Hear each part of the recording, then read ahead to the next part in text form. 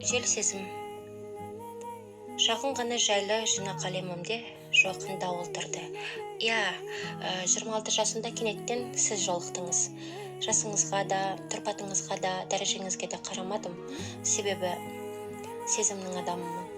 Онсыз да әдетте маған көбіне көп тек жас үлкен ер азаматтар сезімдерін білдіретін үйренгенмін.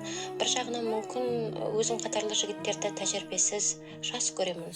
Сенбейтін де шығармын. Бәлкім өзімнің ойлау жүйем де жас емес. Әйтсе де иә деген жауапты естіген тірі жан әлі жоқ. Тәкаппарлығымнан немесе талғампаздығымнан емес, өзімдікін кездестірмегенімнен болар. Қарындас, қашан тұрмысқа құрасыз дегенге, өмірде тұрмыс құрудан да маңызды жаһандық мәселелер бар дейтін едім.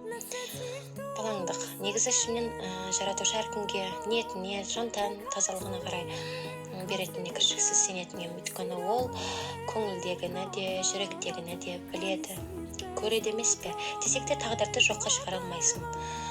Алайда таңдау сенен. Әйткенмен алғаш жолыққанымызда жүзіңіз жарығады, нұрды көрдім. Иманыңыздың барын байқадым.